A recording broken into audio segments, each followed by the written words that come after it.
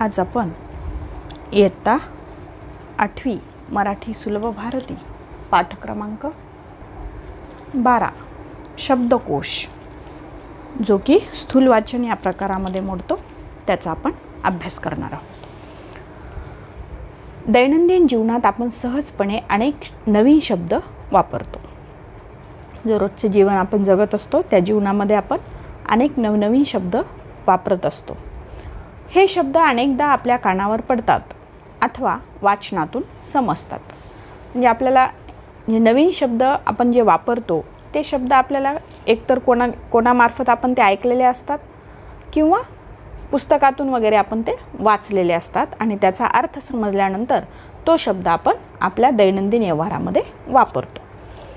संदर्भानुसार आपण त्यांचे अर्थ लावतो। म्हणजे वाक्यामध्ये तो शब्द कसा वापरलेला आहे त्याचा संदर्भ काय आहे यानुसार आपण त्या शब्दाचा अर्थ लावतो आणि त्याचा उपयोग करायला आपण शिकतो। प्रत्येक वेळी त्या शब्दाचा नेमका अर्थ किंवा अर्थछटा आपल्याला समजलेली असतेच असे नाही। आपण जो शब्द वापरतो त्या शब्दाचा नेमका अर्थ काय आहे हे आपल्याला कळतोच असं नाही किंवा त्या शब्दाचा वेगवेगळा अर्थ पण निघतो। संदर्भानुसार त्याचा अर्थ वेगळा वेगळा निघतो ज्याला आपण अर्थछटा असं म्हणतो। तर ती अर्थछटा आपल्याला समजलेली असतेच असे सुद्धा नाही। भाषिक समृद्धीसाठी शब्दाचा नेमका अर्थ माहीत करून घेणे अत्यंत आवश्यक आहे। यासाठी शब्दकोश हे महत्त्वाचे साधन आहे। आपण जी भाषा आपण बोलतो मग ती मराठी असेल, हिंदी असेल, इंग्रजी असेल, त्या भाषेच्या समृद्धीसाठी ती भाषा अधिक समृद्ध व्हावी यासाठी शब्दाचा नेमका अर्थ माहीत करून घेणं हे आपल्याला आवश्यक आहे। आणि तो नेमका अर्थ जर आपल्याला माहीत करून घ्यायचा असेल तर त्यासाठी आपल्याला शब्दकोश हे महत्त्वाचं साधन आहे। म्हणजे ज्याला आपण इंग्लिशमध्ये डिक्शनरी म्हणतो। त्या डिक्शनरीमध्ये आपण विविध प्रकारचे शब्दाचे अर्थ आपण काय करून घेऊ शकतो, माहिती करून घेऊ शकतो। यावर्षी आपण शब्दकोशाची ओळख करून घेणार आहोत। शब्दकोश म्हणजे नेमकं काय आहे, त्याचा वापर कसा करायचा, नवनवीन शब्द कसे पाहायचे त्यामध्ये ते आपण पाहणार आहोत। नवीन शब्दांचे अर्थ आपण शब्दकोशात पाहू शकतो।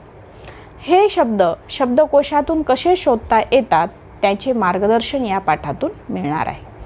म्हणजे शब्दकोश या पाठामध्ये आपल्याला नेमकं काय शिकायचं आहे तर शब्दकोशातून आपल्याला नवनवीन शब्द आणि त्याचे अर्थ कसे शोधायचं याचं मार्गदर्शन आपल्याला या पाठातून मिळणार आहे। नवीन शब्दांचे अर्थ तुम्ही शब्दकोशात पाहायला शिकावेत, त्याची सवय तुम्हाला लागावी व शब्दांच्या अर्थाची मजा घेता यावी या दृष्टीने या पाठाचा अभ्यास महत्त्वपूर्ण आहे। म्हणजे ज्याला भाषेविषयी जास्तीचं ज्ञान मिळवायचं आहे, भाषा समृद्धीकडे न्यायची असेल स्वतःची, तर आपल्याला शब्दकोश हा वापरता आला पाहिजे। शब्दकोश वापरण्याची आपल्याला सवय लागली पाहिजे। सवय का लागली पाहिजे तर प्रत्येक शब्दाचा आपण जर अर्थ समजून घेतला तर त्या भाषेमधला गोडवा, त्या भाषेमधली मजा आपल्याला काय करता येईल, अनुभवता येईल। आणि म्हणून त्या दृष्टीने आपल्याला या पाठाचा अभ्यास करणं आवश्यक आहे। चला तर मग आपण शब्दकोश या पाठाचा अभ्यास करूया। इथे दोन मुली दिसत आहेत, नेहा आणि सायली। या दोन मैत्रिणीमधला संवाद आपल्याला वाचायचा आहे आणि तो संवाद वाचत असताना आपण काही गोष्टी समजून घेणार आहोत। व्हिडिओ आवडत असेल तर व्हिडिओला लाईक करा, तुमच्या मित्रमैत्रिणींना व्हिडिओ शेअर करा आणि चॅनलला सबस्क्राईब करा। चला तर मग अभ्यासूया नेहा व सायली या दोन मैत्रिणीमधला संवाद। नेहा म्हणाली, सायली, स्वातंत्र्य दिन, प्रजासत्ताक दिन या शब्दामधील दिन या शब्दाचा अर्थ दिवस असा आहे हो ना ग? म्हणजे नेहा सायलीला विचारते की स्वातंत्र्य दिन, प्रजासत्ताक दिन हे आपले राष्ट्रीय सण आहेत, राष्ट्रीय उत्सव आहेत, त्यामध्ये दिन हा शब्द आलेला आहे। दिन हा जो शब्द आलेला आहे तो दिन या शब्दाचा अर्थ दिवस आहे असं नेहा सायलीला प्रश्न करते। दिवस आहे का असा प्रश्न नेहा सायलीला करते। सायली म्हणते, हो असाच आहे का ग? म्हणजे दिन या शब्दाचा अर्थ दिवस आहे, दिवस हा आहे का विचारतेस तू असं सायलीला म्हणायचं आहे। नेहा म्हणते, अगं मागच्या धड्यात हा शब्द आला होता तेव्हा बाईंनी या शब्दाचा अर्थ सांगितला होता गरीब. नेहा परत सायलीला म्हणते की मागं मॅडमनी जेव्हा धडा शिकवला, बाईंनी जेव्हा आपल्याला धडा शिकवला, त्या धड्यामध्ये सुद्धा दीन हा शब्द आला होता. तेव्हा मॅडमनी त्याचा अर्थ काय सांगितला? बाईंनी त्याचा अर्थ सांगितला गरीब. म्हणजे दीन या शब्दाचा अर्थ गरीब असा सांगितला. आणि इथं तर दीन या शब्दाचा अर्थ आपण काय म्हणतोय? दिवस म्हणतोय. असा प्रश्न नेहाला पडला. सायली म्हणाली, दोन्ही शब्द नीट बघितलेस का तू? कसे लिहिले आहेत ते पहा. हे वाक्य खूप महत्त्वाचं आहे. आपण फक्त दिन हा शब्द ऐकलो, स्वातंत्र्य दिन हा शब्द ऐकलो, तर तो दिन या शब्दाचा अर्थ दिवस होतो. पण नुसता दिन हा शब्द जर ऐकलो तर नेमका तो दिवस आहे का गरीब आहे हे आपल्याला कळत नाही. म्हणजे ऐकण्यावरून आपल्याला नेमकं सांगता येणार नाही. तर त्या शब्दाला आपल्याला पाहावं लागेल. तो शब्द कसा लिहिला आहे ते आपल्याला निरीक्षण करावं लागेल, असं सायलीचं म्हणणं आहे. नेहा म्हणाली, आपण आता पुस्तकातच बघूया शब्द कसा लिहिलाय तो. नेहानी सांगितलं की आपण काय करूया, पुस्तकामध्ये तो शब्द कसा लिहिलाय तो पाहूया. सायली म्हणाली, हा बघ मागचा धडा आणि हा शब्द दिन. आता पहा, इथे जो दिन लिहिलेला आहे त्याच्यातला दी जो आहे तो दी काय आहे? ऱ्हस्व आहे.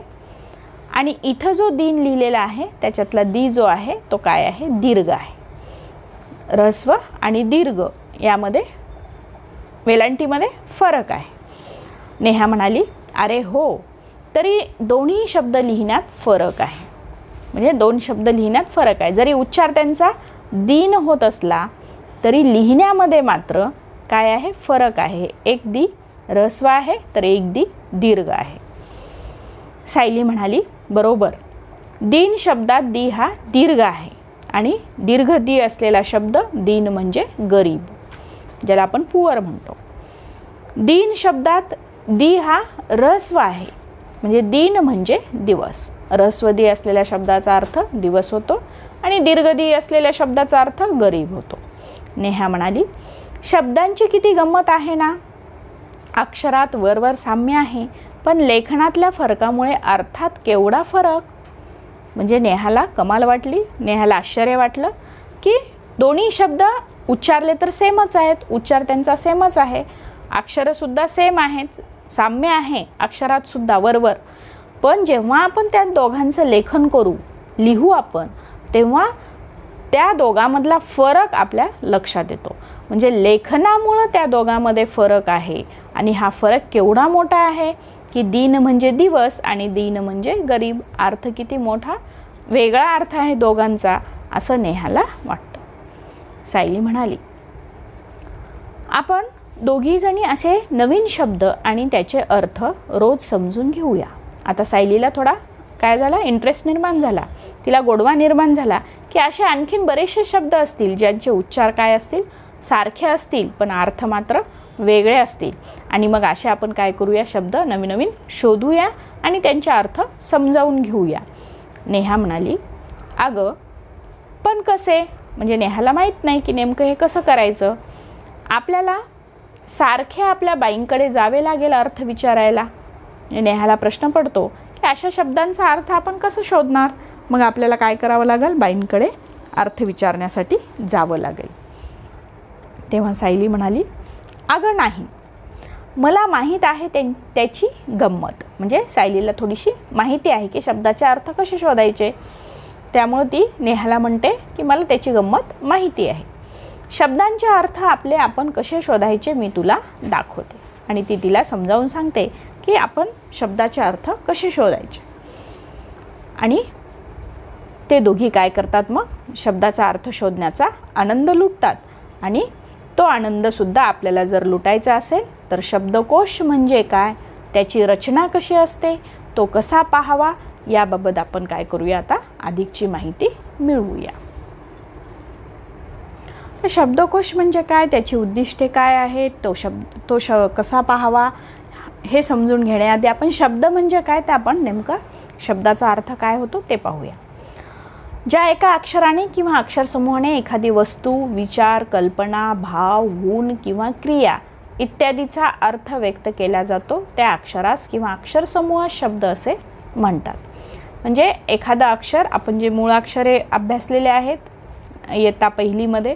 त्या मूळाक्षरापासनं आपण काय करू शकतो, वेगवेगळे समूह, अक्षर समूहाने वेगवेगळे शब्द बनवू शकतो आणि त्या शब्दामध्ये एखाद्या वस्तूचा विचार असू शकतो किंवा आपला विचार असू शकतो किंवा आपल्या कल्पना असू शकतात, आपले भाव असू शकतात, गुण असू शकतात किंवा एखादी क्रिया असू शकते. म्हणजे वस्तू, विचार, कल्पना, भाव, गुण किंवा क्रिया इत्यादींचा अर्थ व्यक्त करणाऱ्या आपल्याला अक्षरसमूहाला शब्द असं म्हणायचं आहे. म्हणजे जे अक्षर आपण वापरणार आहोत त्याला आपल्याला शब्द म्हणायचं आहे. शब्द म्हणजे काय हे तुम्हाला समजलं असेल. त्यानंतर कोश म्हणजे काय, तर कोश म्हणजे संग्रह, ज्याला आपण अनेक एकत्र करतो त्याला आपण संग्रह म्हणतो. अनेक वस्तू एकत्र करतो तेव्हा त्याला संग्रह म्हणतो. अनेक शब्द जेव्हा आपण एकत्र करू तेव्हा त्याला आपण शब्दसंग्रह असं म्हणू. तर शब्दकोश म्हणजे नेमकं काय, तर शब्दकोश म्हणजे शब्दसंग्रह. आता हा झाला शब्दकोशाचा वाच्यार्थ. वाच्यार्थ म्हणजे वस्तुस्थिती, की शब्दकोशामध्ये नेमकं काय आढळतं आपल्याला, तर अनेक शब्द एकत्र संग्रहित केलेले आपल्याला आढळतात. हा झाला शब्दाचा वाच्यार्थ. पण विकसित भाषात मात्र शब्दसंग्रह आणि शब्दकोश या दोघांमध्ये काय आहे, फरक आहे. जे आता भाषा जसजशी डेव्हलप होत गेली, विकसित होत गेली, तसतसं शब्दसंग्रह याला वेगळा अर्थ आहे आणि शब्दकोश याचं स्वरूप वेगळं आहे. तर एखाद्या भाषेच्या विशिष्ट क्षेत्रातील मर्यादित शब्दांच्या संग्रहाला आपण शब्दसंग्रह असं म्हणतो. ज्याला आपण ग्लोसरी असं म्हणतो इंग्लिशमध्ये. आपण जेव्हा धडा अभ्यासतो, पाठ अभ्यासतो, तेव्हा पाठाच्या खाली आपल्याला ग्लोसरी आपल्याला लक्षात येते. तर त्या पाठापुरतीच मर्यादित शब्दांचा जो संग्रह आहे त्याला आपल्याला काय म्हणायचं आहे, शब्दसंग्रह म्हणायचं किंवा ग्लोसरी म्हणायचं. म्हणजे इथं शब्दाची जी संख्या आहे ती काय आहे, मर्यादित आहे. आलं लक्षात. आणि अशा ह्याला आपल्याला शब्दसंग्रह म्हणायचं. तर भाषेतील बहुतेक सर्व शब्दांचा संग्रह. आता इथं मात्र थोडंसं वास्ट आपल्याला काय करायचं आहे, थोडासा विचार, थोडासा हे वाढवायचं आहे, आपला आवाका वाढवायचा आहे. म्हणजे सगळेच शब्द आपल्याला इथे संग्रहित आढळणार आहेत आणि एक विशिष्ट एक रचना त्यांची केलेली आहे, एक पद्धत अवलंबलेली आहे त्यांचा संग्रह करत असताना. आणि असं असेल तर त्याला आपल्याला काय म्हणायचं आहे, शब्दकोश असं म्हणायचं आहे. म्हणजे शब्दकोश आणि शब्दसंग्रह यामधला आपल्याला अर्थ लक्षात आला. म्हणजे शब्दसंग्रह म्हणजे काय, तर विशिष्ट क्षेत्रातले मर्यादित शब्दाच्या संग्रहाला आपण शब्दसंग्रह म्हणतो. तर शब्दकोश म्हणजे काय, तर त्या भाषेतील जे काही सर्व शब्दाचा संग्रह आहे, विशिष्ट रचना पद्धतीचा अवलंब करून तो लिहिला जातो, त्याला आपल्याला काय म्हणायचं आहे, शब्दकोश असं म्हणायचं आहे. त्यानंतर कोशात समाविष्ट केलेल्या शब्दांची रचना पद्धतशीरपणे केलेली असते. आता शब्दकोशामध्ये शब्दांची जी रचना केलेली असते ती पद्धतशीरपणे असते, कारण त्याला एक वेगळा क्रम असतो, त्या क्रमानुसारच त्याची रचना केली जाते. संग्रहित केलेल्या शब्दांचा क्रम हा कोणत्या पद्धतीने लावलेला आहे ते कळले तर आपल्याला कोणताही शब्द मोठ्या सहजतेने काय होतो, सापडतो. आपल्याला नेमका तो शब्द कसा शोधायचा आहे, त्याची काय पद्धत आहे, त्याचाच आपल्याला या पाठामध्ये अभ्यास करायचा आहे. अलीकडे सर्व भाषातील कोशातील शब्दांची योजना त्या भाषेच्या व्यवहारासाठी वापरल्या जाणाऱ्या लिपीतील वर्णांच्या क्रमाने केलेली असते. म्हणजे शब्दकोशामध्ये मग तो मराठी असो किंवा इंग्रजी शब्दकोश असो, ज्याला आपण डिक्शनरी म्हणतो, त्या शब्दकोशामध्ये शब्दांची जी योजना असते ती त्या भाषेच्या व्यवहारासाठी वापरल्या जाणाऱ्या लिपीतील वर्णांच्या क्रमाने केलेली असते. आता इंग्लिश डिक्शनरी असेल तर इंग्लिश डिक्शनरीमध्ये अल्फाबेट्स जे असतात A to Z, त्या अल्फाबेट्सच्या क्रमानुसारच शब्दांची रचना केलेली असते, योजना केलेली असते.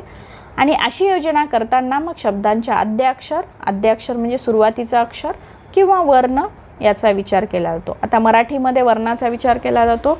अ आ इ पासनं आपल्याला अक्षरज्ञपर्यंत जे काही आपले मुळाक्षरे आहेत त्यांचा इथे काय केला जातो, शब्दांची रचना करत असताना किंवा योजना मांडत असताना त्या पद्धतीने किंवा त्या क्रमानेच शब्द लिहिले जातात, जेणेकरून आपल्याला ते शब्द शोधणे काय होईल, सोपे जाईल.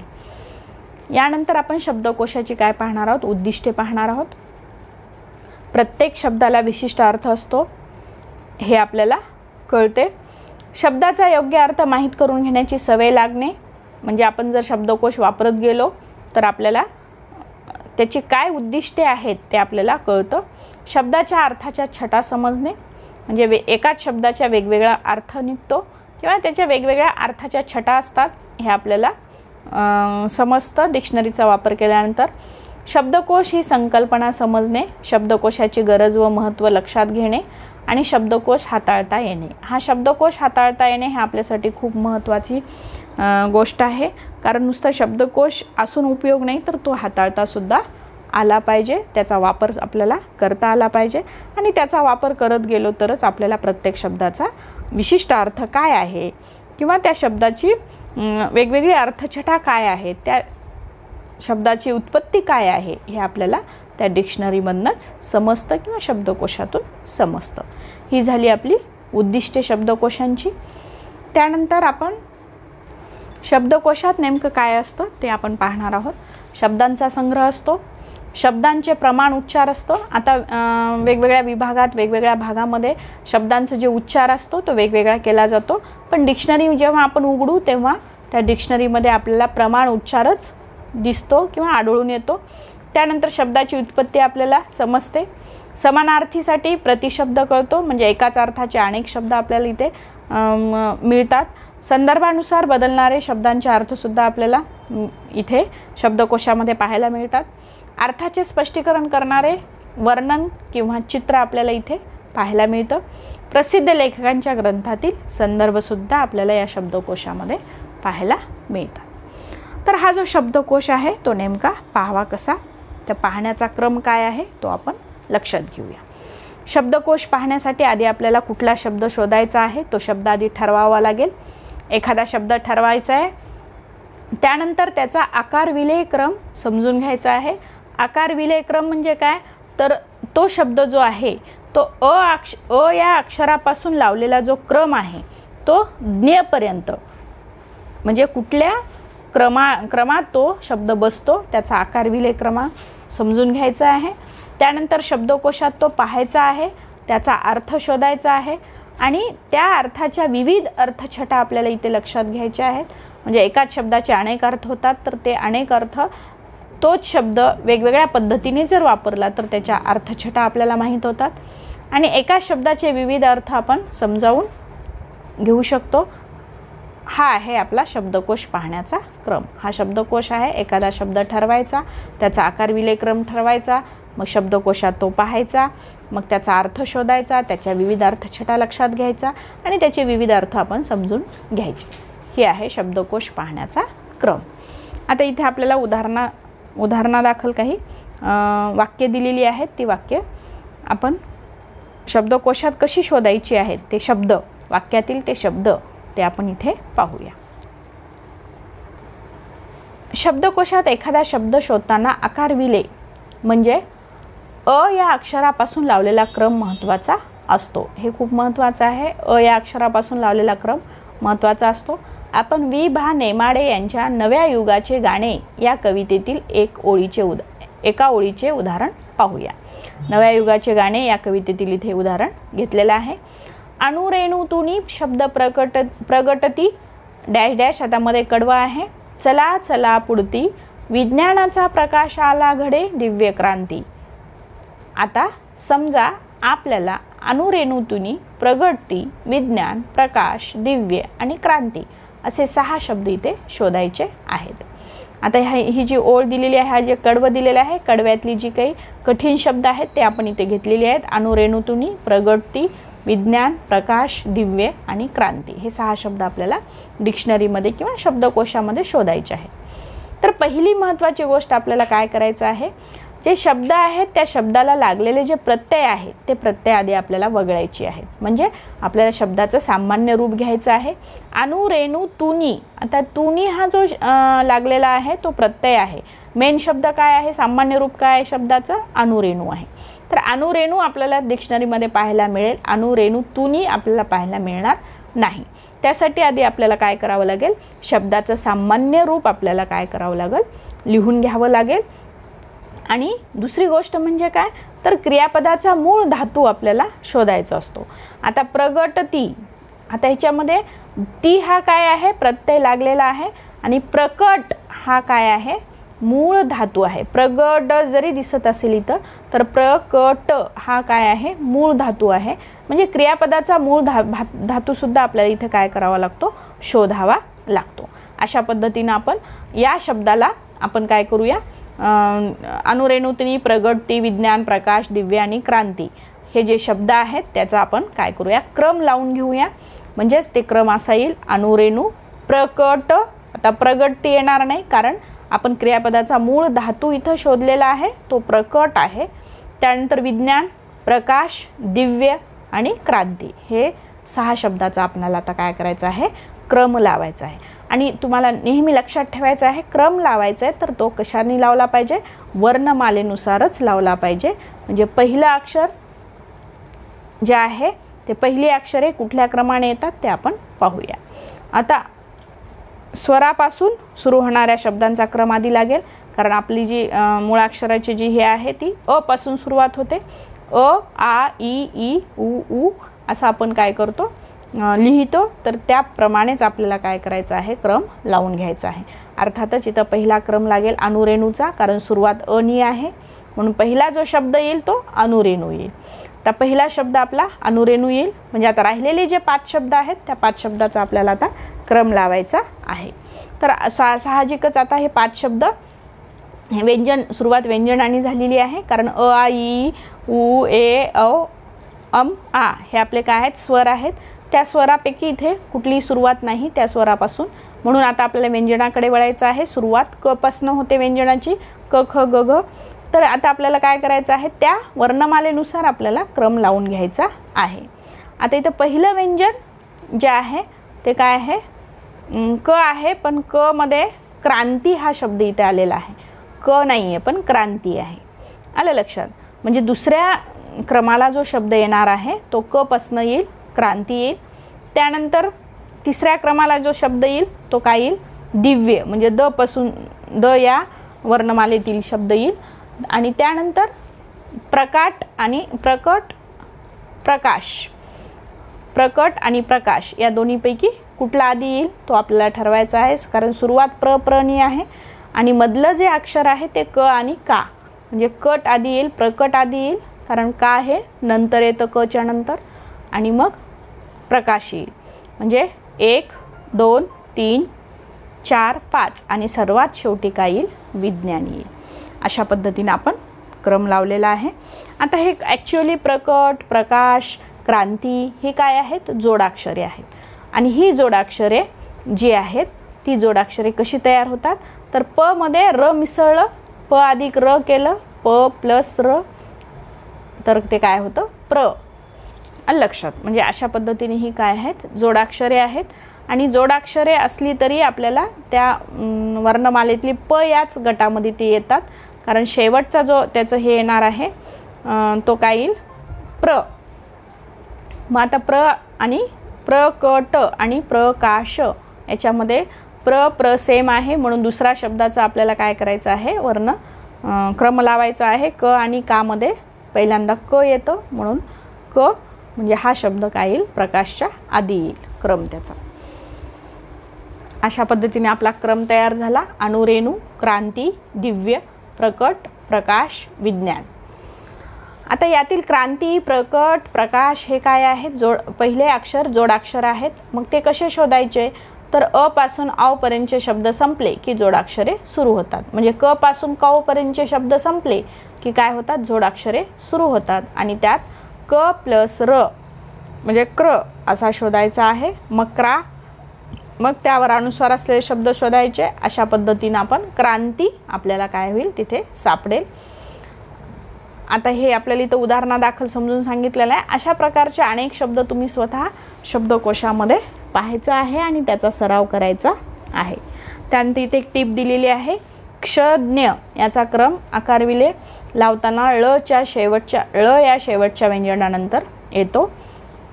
शब्दकोश पाहण्याची, हाताळण्याची सवय लागली की शब्दाचा अर्थ व मोल तुम्हाला कळते. योग्य जागी योग्य अर्थाचा योग्य शब्द आपल्याला वापरता येतो. समर्पक शब्द मांडणीच्या प्रवासात शब्दकोश हे अत्यंत महत्त्वाचे साधन आहे. या साधनाचे महत्त्व आपल्याला माहीत असणं आवश्यक आहे. तुम्ही आता उच्च प्राथमिक गटात आहात, म्हणजे 8वीला आहात तुम्ही, तर भाषिक समृद्धीकडे वाटचाल करण्यासाठी शब्दकोशाचे महत्त्व तुम्ही जाणून घेतले पाहिजे आणि त्यासाठीच हा पाठ जो आहे तुम्हाला अभ्यासक्रमामध्ये ठेवलेला आहे. हे तुम्हाला इथे लक्षात घेणं आवश्यक आहे. अशा पद्धतीने आज आपण शब्दकोश हा कसा हाताळायचा, कसा पाहायचा, शब्द कसे पाहायचे, क्रम कोणत्या पद्धतीने लावायचा याचा आपण अभ्यास केलेला आहे. व्हिडिओ आवडल्यास व्हिडिओला नक्कीच लाईक करा, शेअर करा आणि चॅनलला सबस्क्राईब करा. थँक्यू.